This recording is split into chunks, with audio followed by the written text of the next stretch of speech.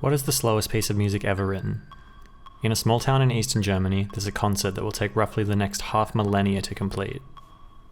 In 1987, American composer and music theorist John Cage wrote Organ 2 ASLSP, or As Slow as Possible, a composition meant to be played on, you guessed it, an organ. The 9-movement composition is relatively simple, but there was a catch. Cage didn't specify what tempo it should be played at, and instead left an instruction to simply play it as slow as possible. In 1997, a group of musicians and scholars altered the composition and created a version that would take 639 years to complete. Beginning in the year 2001 and set to conclude in the year 2640, the composition is stretched so long that if you printed all of the pieces of sheet music on A4 paper and placed them end to end, it would stretch to over 47,000 kilometers long. That's over 7 times the radius of the Earth.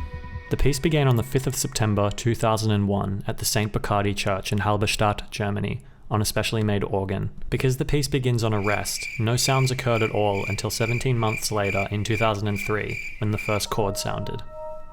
Because the piece is so incredibly long, it takes years for notes to change on the organ.